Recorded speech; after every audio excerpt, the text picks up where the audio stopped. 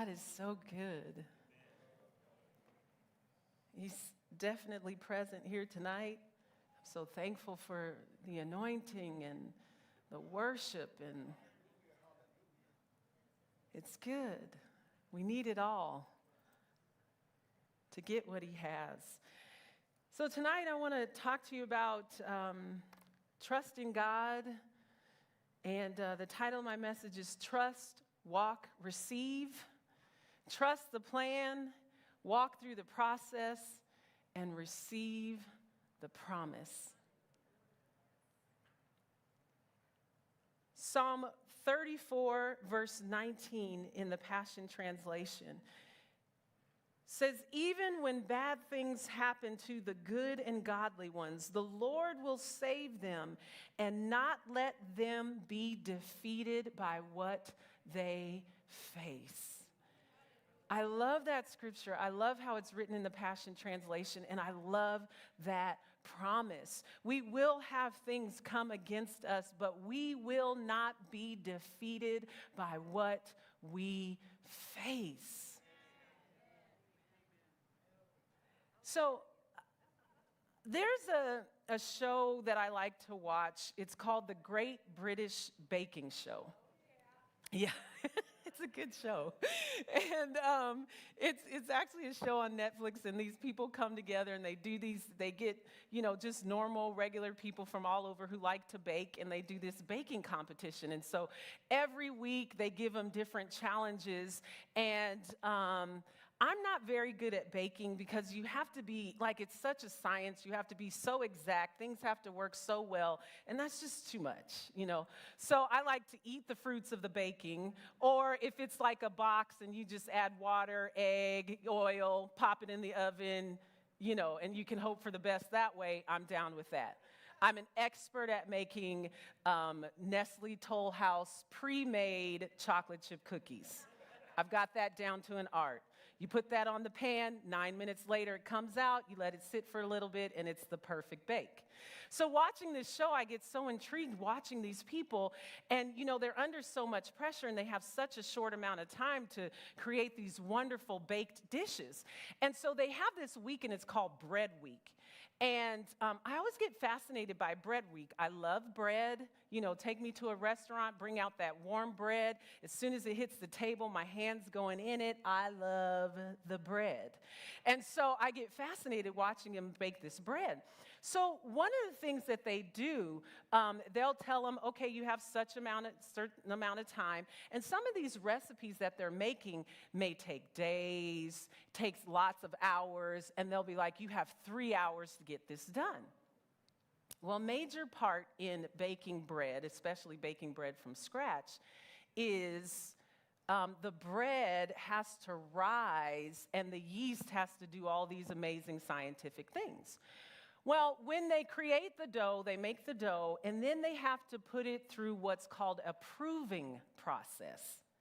So they take this dough after they've kneaded it, okay? So they get all the ingredients together, they work it, they're kneading it, they're doing all this work to it, they flip it, they put the flour in it, and they're working this dough real hard. I mean, they're putting their shoulders, their backs, everything into it. They're getting it, because you have to work, you gotta knead it right, you gotta do that all just right. And so you work it, and then it goes in the proving process, which is like a resting period.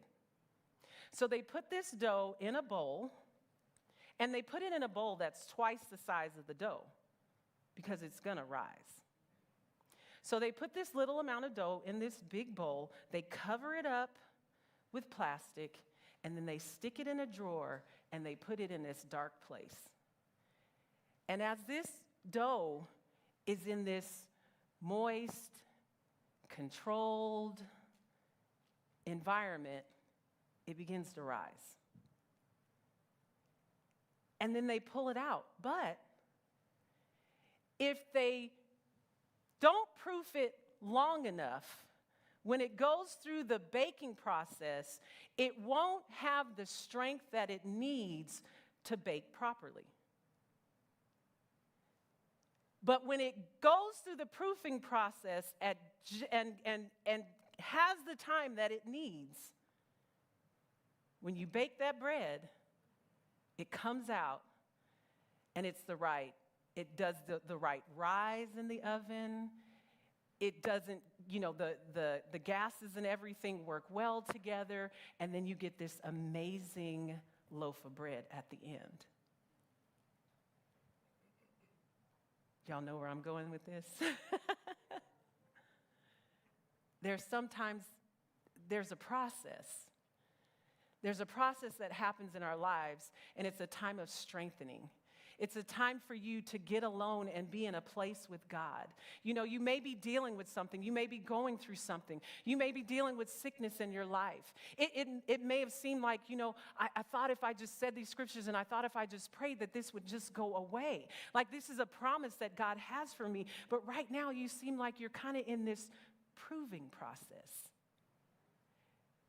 where you're in a place where you're tucked away and you're inside of the arms of Jesus. You're inside of his presence, and he's putting his word inside of you. He's building things inside of you. And what happens in that proving process of the dough is that the yeast starts activating and the gluten starts working all in that, and the right gases happen, and the things happen so that it can go through that fire and come out perfected.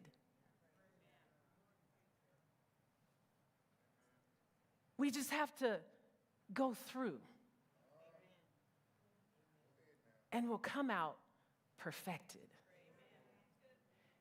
And every good baker knows that you need to give that dough the right amount of time. And what happens in this competition, they don't have a whole lot of time. So what some of them try to do is they try to rush that proving process.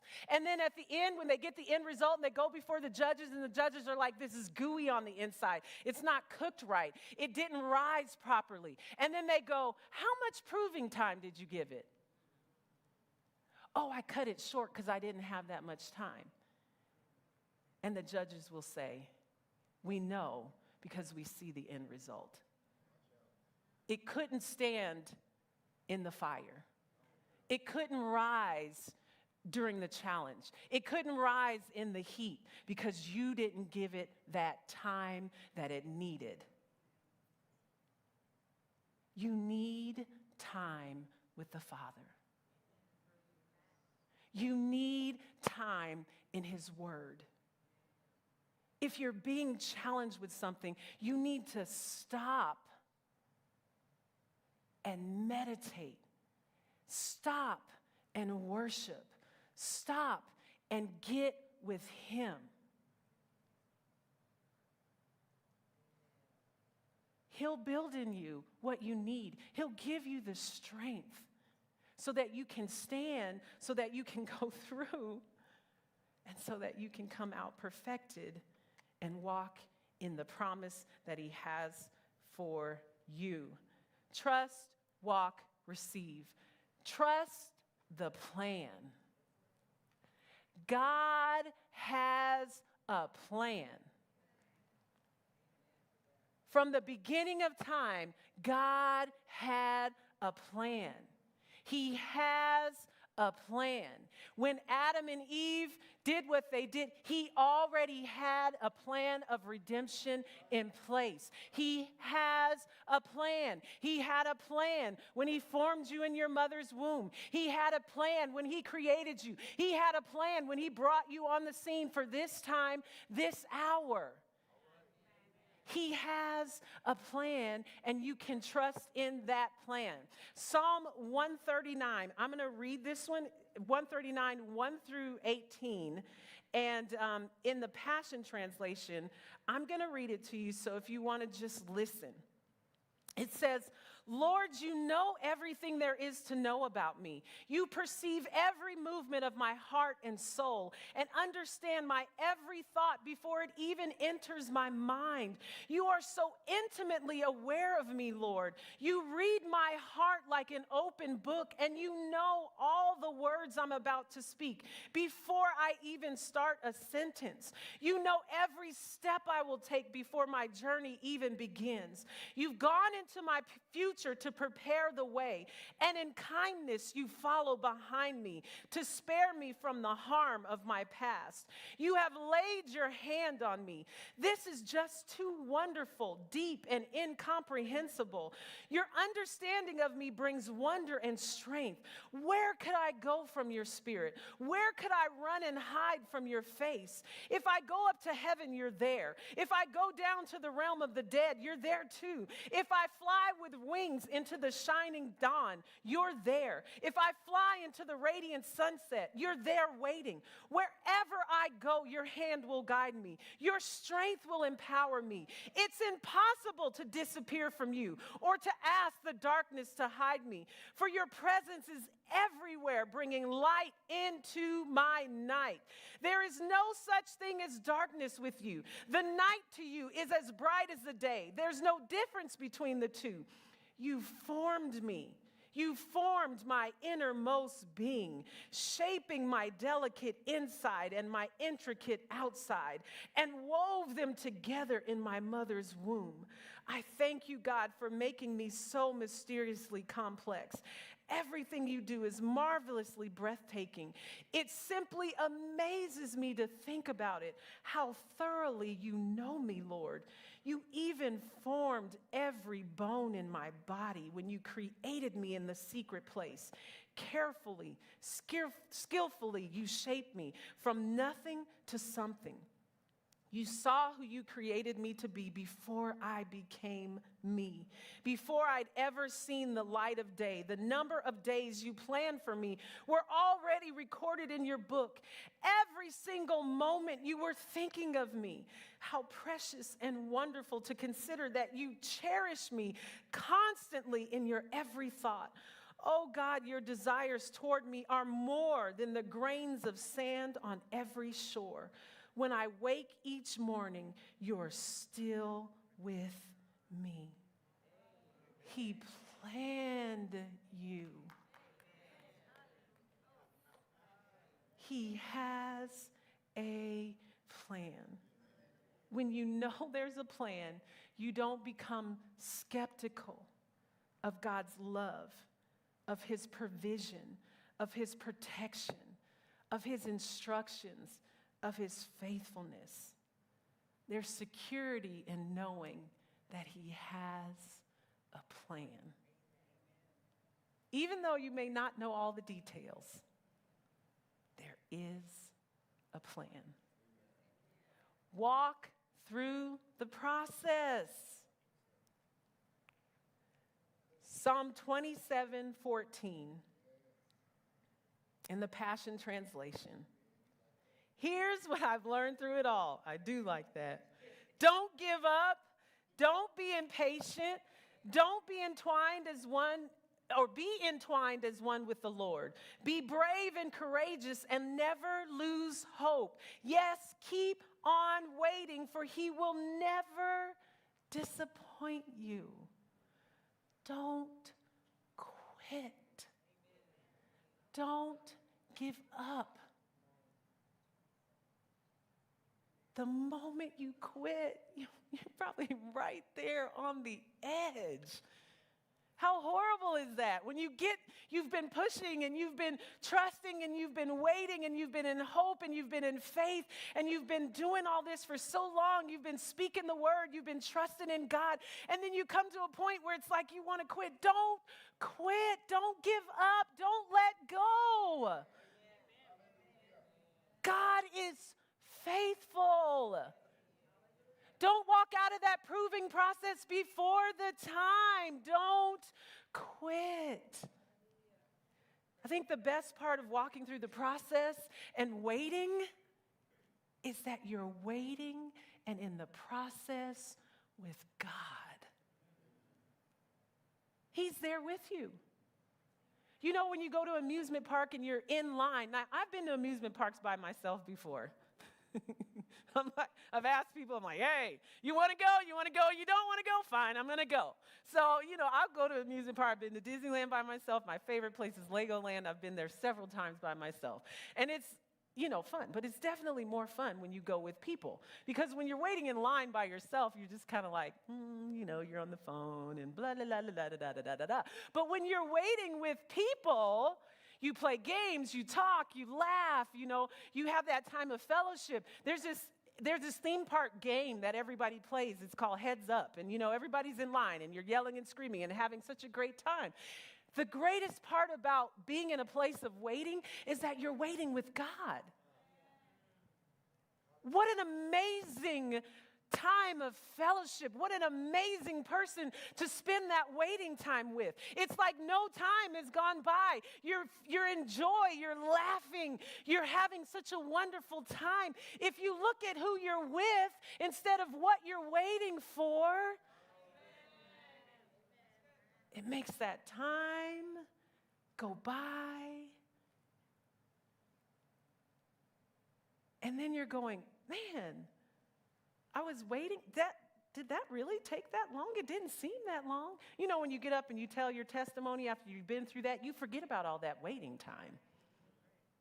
And you get up and you're like, the goodness of God, and God did this, and God did that, and you just can begin to talk about all the great, wonderful times that you had. Don't miss out on that time. It's like if you have a child and you're just waiting for them to be 18 so they can get out of the house, and you're missing out on all the joys of the wonderful, the crazy poops or the crazy tantrums and all of those different things, and, all the dances and all the dramas and all the relationships they go through. If you're trying to press past that time, then you'll miss that.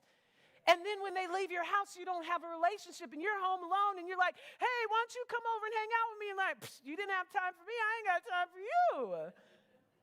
You have to enjoy every single season. Even if it's hard, even if it's challenging, there is joy in those seasons. Walk through the process.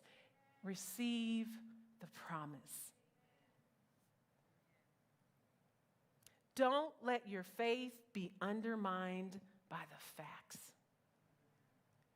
There is a promise, and that promise has been made to you. And when you received Jesus, and when you came into the family of God, when you came in covenant with Him, you now have access to those promises. He did it for you. He gave His life for you. Those promises are real, and He's true, and He's faithful. So don't let what you're going through stop you from receiving the promise. A lot of times if we're dealing with sickness in our lives, I don't know if you're anything like me. Like if I have a symptom or something's going on, or, maybe the doctor says, this is happening, then I immediately, I want to Google and I want to know all about this, I can have an extra toe, let's Google extra toes or, whatever. So, you're just doing all this research. And I found out I had an allergy to raw fruits and vegetables. Well, I found that out because I would eat raw fruits and vegetables and my mouth would itch. So I'm like, this is kind of a weird thing. My mouth itches. Let me Google and see if this is a thing. So immediately I go to Google and I was like, this is a thing. Other people experience this thing. What should I do about this thing? So I go to Google and I find my answers and da-da-da-da-da, but make sure that you don't know more about what's attacking you than the answer to what's coming against you. So a lot of times we'll feed on, these are the symptoms, this is what I can expect, this is what I'm going to walk through, this is where I am right now, this is the process, this is the treatment, this is the cure, this is what they say, there is no cure, whatever. And you start studying this thing and you get overwhelmed and you get so consumed by it, but then you forget that as much time as you're spending Googling and finding out about that thing, that you need to spend more time focused on the promise, on the answer that He's already provided for you. So don't get so wrapped up in what's coming against you that you forget there is an answer, and I should be studying and focus more on that than that. Be fully convinced. You have to be fully convinced that God has all of the power he needs to fulfill his promises.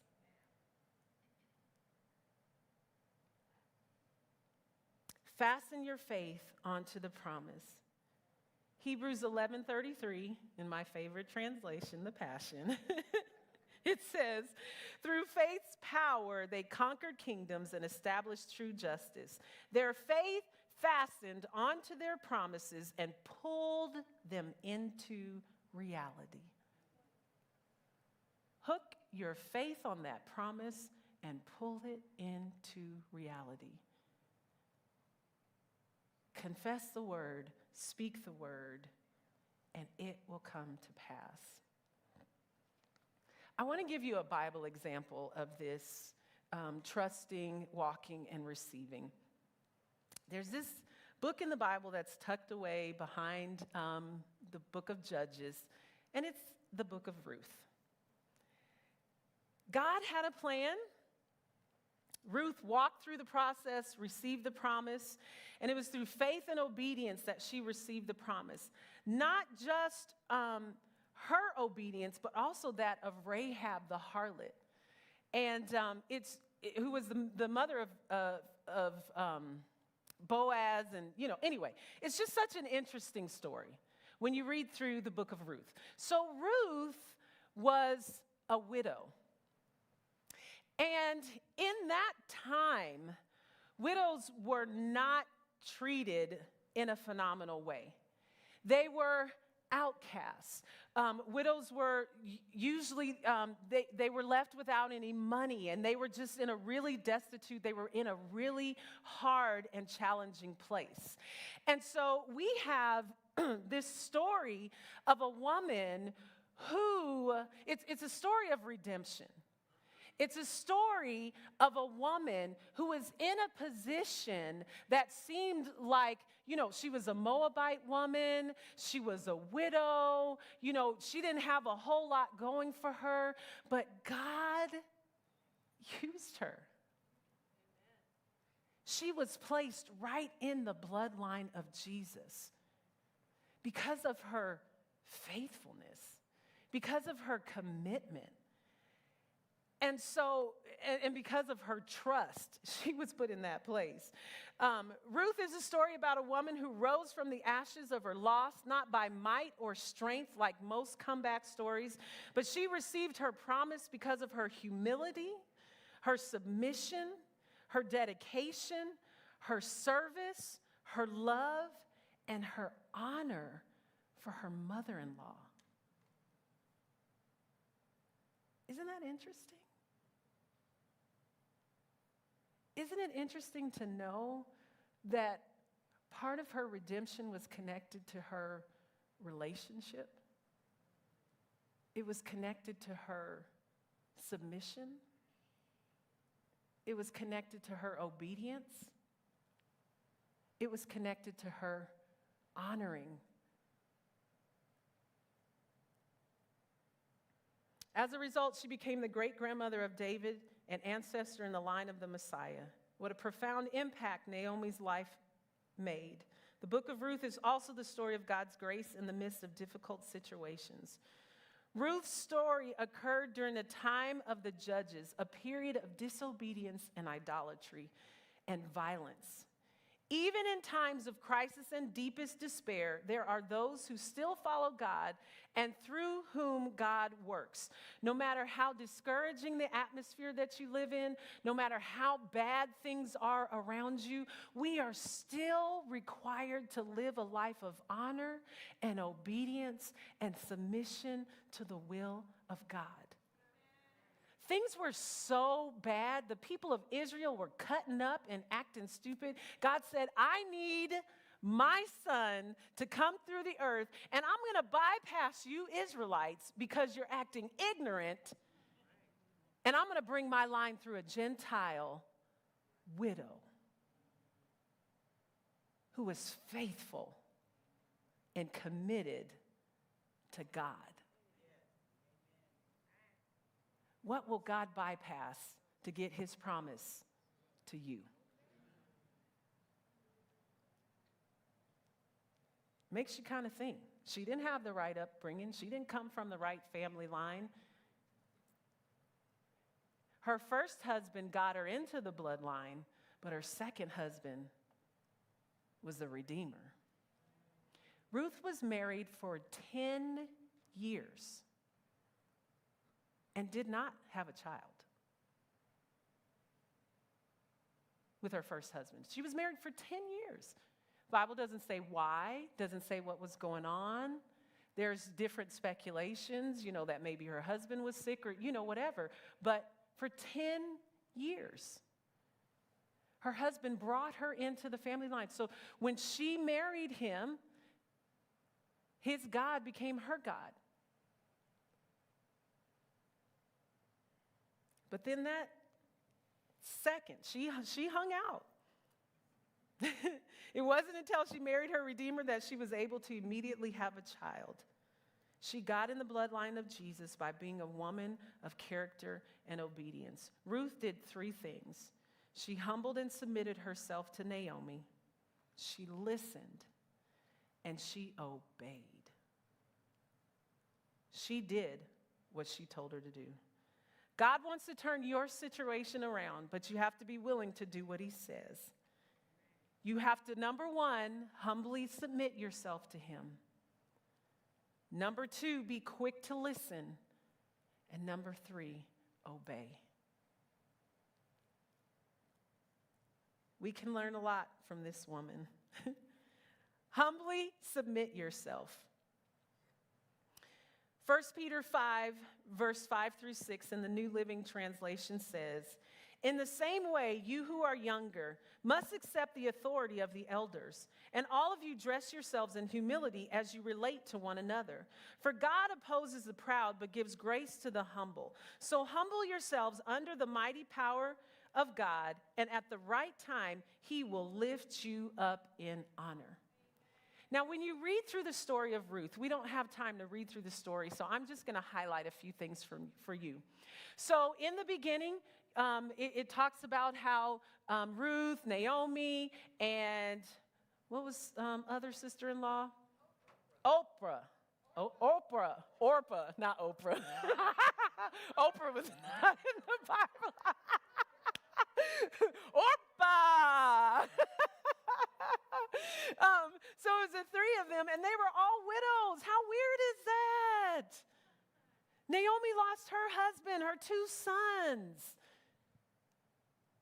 And so they're all widows. And so Naomi's like, I don't know what to do. I'm going to go back to my family. I'm going to go back and, we're going to start over. She tells her daughter-in-laws, hey, even if I were to find another man and get married right now and have more kids, you would not wait around for them to grow up to marry them again. So I'm releasing you. Go back to your family, go back to your gods, go do your thing. I don't want to be the cause of you not to have life, not to have kids. I'm releasing you from your commitment to me. They fought for a little bit, and then Orpah went off. She's like, all right, I'm going to go back to my gods. But Ruth is like, I know better. Ruth 1, verse 14 through 18, it says, and they wept together, and Orpah kissed her mother-in-law goodbye. But Ruth clung tightly to Naomi.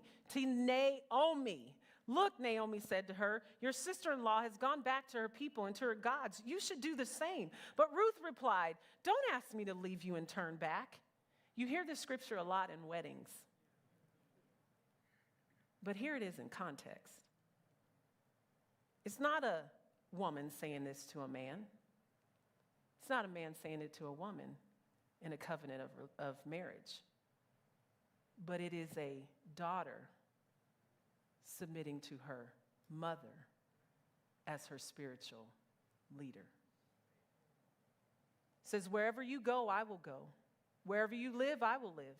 Your people will be my people, and your God will be my God. Wherever you die, I will die, and there I will be buried. May the Lord punish me severely if I allow anything but death to separate us.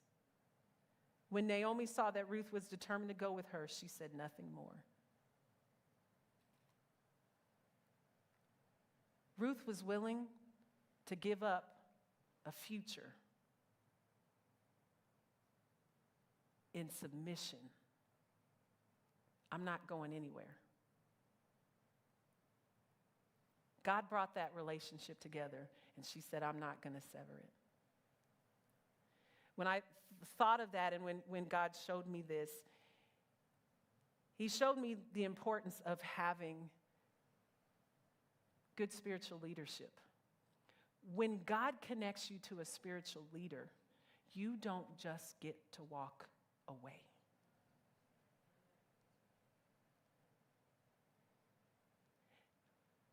You don't just get to sever that relationship because you don't like this, you don't like that, this happened, you're not in full agreement. Maybe Ruth wanted to stay. Maybe Ruth didn't want to go, but she submitted herself. You don't get to walk away from spiritual leadership when they go through hard times. Naomi said to her, I'm releasing you. I'm letting you go. And she said, no. I'm not going anywhere. Your God is my God. Your people are my people. And God honored her commitment, her humility, and her submission to Naomi. And she didn't just go and argue and complain and fuss and say, well, you know, I came with you and I was expecting this, and you should do this and you should do that. No, she came in total submission and said, whatever you tell me to do, I'm going to go work. I'm going to provide for us. I'm going to do whatever I need to do. I'm here to serve you. And she listened to Naomi. When she told her, you know, she's like, where you been all day? Oh, you know, I was out in the field and I was doing this. Okay, great. I see the plan. Now, if you just listen, I'm going to help you get the man.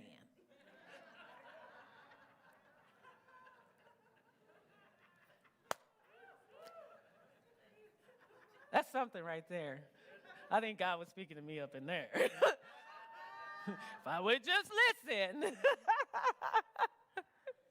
But she told her, one of the things she told her was, hey, you know, in the middle of the night, go lay at his feet. Ruth didn't go, I ain't going to lay at no man's feet. Who you think I am? He need to come lay at my feet. He should be doing this for me. I shouldn't be doing that. What kind of woman do you think I am? I'm supposed to listen to you. Are you sure?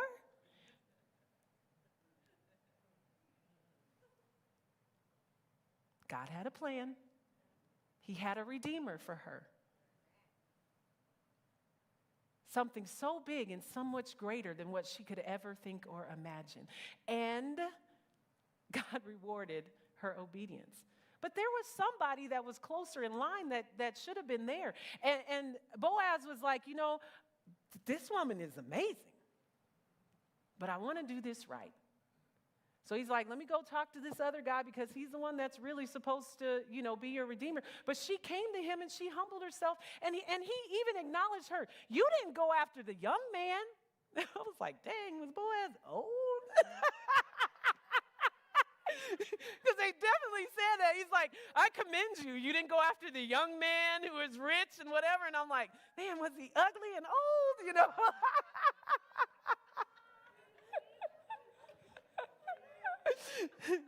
He was rich, you know, but I'm sorry, rich don't change anyway.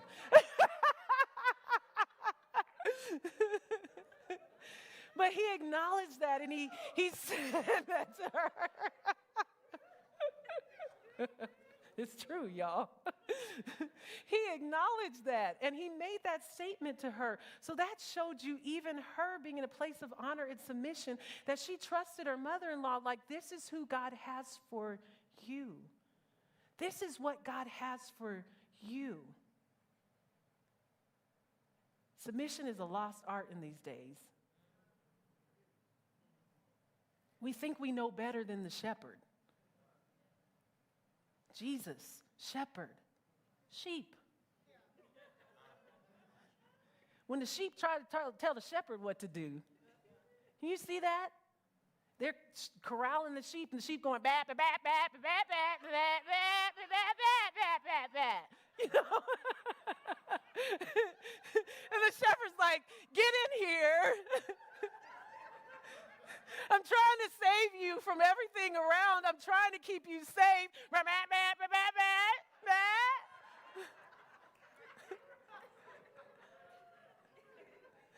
How many of y'all listen to your dog telling you what to do? You know what I mean?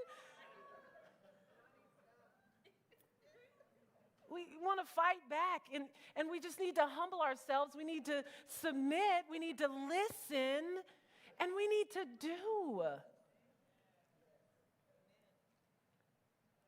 Sometimes those things are what's stopping you from receiving the promise. You're like, I'm confessing the word. I'm doing all of this. You know, I'm coming to church. I'm sowing my seed. I'm doing all this. But you're being disobedient in some area. You're walking in pride in some area. You're missing it ever so slightly in some area, and it's just a little bit of an adjustment, a little painful adjustment. But there's so much power in humbling yourself and submitting yourself and listening to those who God has placed over you. I'm running out of time, but I believe that the gist of what I want to communicate has been said. You need to listen, be quick to listen. So in that proving time, that time that you have with the Father, that helps you to tune your ear to Him so that when He speaks, you hear His voice. A lot of times people get confused between His voice and outside voices. But the more time you spend with Him, the more you recognize His voice. The more you can distinguish it, that still small voice, in the loud noise of your problems, of your pain, of hurt, of discouragement. You can hear that little still small voice. So time with Him will help you tune your ear into Him.